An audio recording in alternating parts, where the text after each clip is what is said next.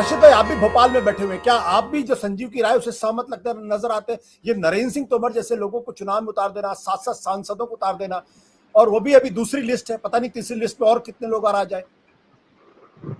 जी आशुतोष, देखिए इसके दो भाग मुझे साफ नजर आते हैं। एक पहला भाग तो ये है कि भाजपा जो है अपने कमजोरी को एक तरीके से छुपाना चाहती है, या सांसदों के जरिए या 7-8 जो मुख्यमंत्री पद के उम्मीदवार हैं उन सबको मैदान में लड़ा करके कुछ अपनी जो जिसे हम कहते हैं ना कि जो ग्राउंड जो खोया वो ग्राउंड है उसे वापस करने की कोशिश है। दरअसल जाति समीकरण मध्य प्रदेश में बहुत ज्यादा हावी होते हैं, और महिला बिल के बाद में जब से राहुल गांधी ने ये जाति जनगणना की बात करी है और ओबीसी कोटा विदिन कोटे की जो डिमांड की है, उससे भाजपा को सबसे ज्यादा नुकसान जो हो सकता है वो मध्य प्रदेश में हो सकता है। इसलिए आप देखें तो ये जो लिस्ट भी आई है इसमें देखिए जो पिछड़े उसके जो मजबूत नेता हैं उनको मैदान में उतारने का प्रयास किया गया है।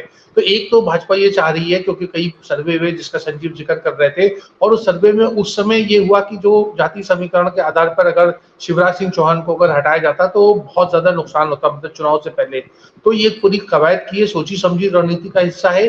अपना पहले भाजपा अपना कुछ जनाधार संभालना चाहती है, और अगर चुनाव जीती तो जैसे संजीव कह रहे थे, मुझे नहीं लगता कि शिवराज सिंह चौहान की मुख्यमंत्री पद के रूप में वापसी होगी, क्योंकि इसमें जितने भी खड़े हुए हैं, चाहे वो कैलाश विजयवर्गीय हो, चाहे वो प्रहलाद पटेल हो, चाहे वो हम उनको मुन्ना कहते हैं जो नरेंद्र सिंह तोमर जो मंत्री हैं, ये सब के सब प्रधानमंत्री पद के प्रबल दावेदार है। और इसके साथ साथ जो नरोत्तम मिश्रा और ज्योतिरादित्य सिंधिया और वी डी शर्मा वगैरह की लिस्ट है वो अलग से है। तो शिवराज सिंह के लिए बड़े समस्याएं यहाँ से और ज्यादा शुरू हो जाती है। चुनाव जीतना तो एक बात है कि जब चुनाव जीतेंगे तभी मुख्यमंत्री पद की बात होगी, लेकिन इस समय भाजपा जो है बिल्कुल उसके रक्षात्मक मुद्दे में ये कोई एडवेंचर नहीं है। ये मुझे लगता है सोची समझी बात में उन्होंने किया कि किसी तरीके से अपना नुकसान कम करें, और इस क्षेत्रों में भी ये जो 7 सांसद हैं बटे हुए हैं तो उन क्षेत्र में भी अपना थोड़ा सा प्रभाव बढ़ाने की प्रयास है।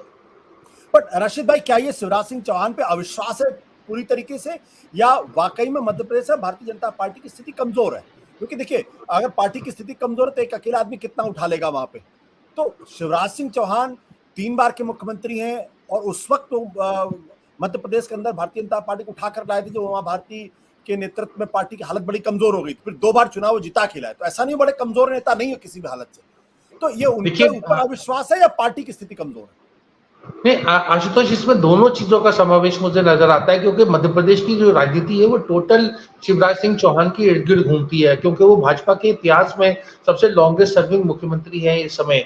तो वो लोग जो है या तो उनको वोट देंगे या उनके खिलाफ वोट देंगे, मतलब उनको नजरअंदाज नहीं किया जा सकता। और आज हमने सभा में देखा कि प्रधानमंत्री ने एक भी बार उनका नाम लेके उनसे मुखातिब नहीं हुए, ना उनकी कोई काम की बात करी। तो जहाँ नाम और काम मुख्यमंत्री का न लिया जाए तो बड़ा अटपटा सा लगता है। और दूसरी बात एक और है जो आप मुझे पता है आशुतोष, आप इस बात से मेरे बात से सहमत नहीं है, लेकिन हम और आप कई प्रोग्राम में रहते हैं। मेरा हमेशा आकलन ये है कि जो 24 का लोकसभा चुनाव है उसमें भाजपा एनडीए जो है वो एक हंग हाउस होगा, मतलब सिंगल लार्जेस्ट पार्टी होगी भाजपा, लेकिन 220-225 सीटें आएंगी। उस 220-225 सीट में हो सकता है इस तरह की राजनीति बने या दबाव हो, जो अलायंस पार्टनर्स हो या जो आने वाले पार्टनर हो उनका कोई दबाव हो कि कोई प्रधानमंत्री कोई और हो। और उसमें क्योंकि शिवराज सिंह चौहान ने अपने आप को दूर की कौड़ी ला रहा हूँ, उसको आप बुरा मत मानिए, कि वो उसमें एक ऐसा है कि शिवराज सिंह चौहान जो है वो अटल बिहारी वाजपेयी मोल्ड के नेता है, तो हो सकता है उनकी और जैसे नितिन गडकरी वगैरह की एक एक्सेप्टेबिलिटी बने। तो कई लोग ऐसे हैं भाजपा में जो गूढ़ राजनीति करते हैं, उनका मानना ये है कि कांटा अभी निकाल दिया जाए तो बेहतर होगा। तो ये सारी चीजें हैं।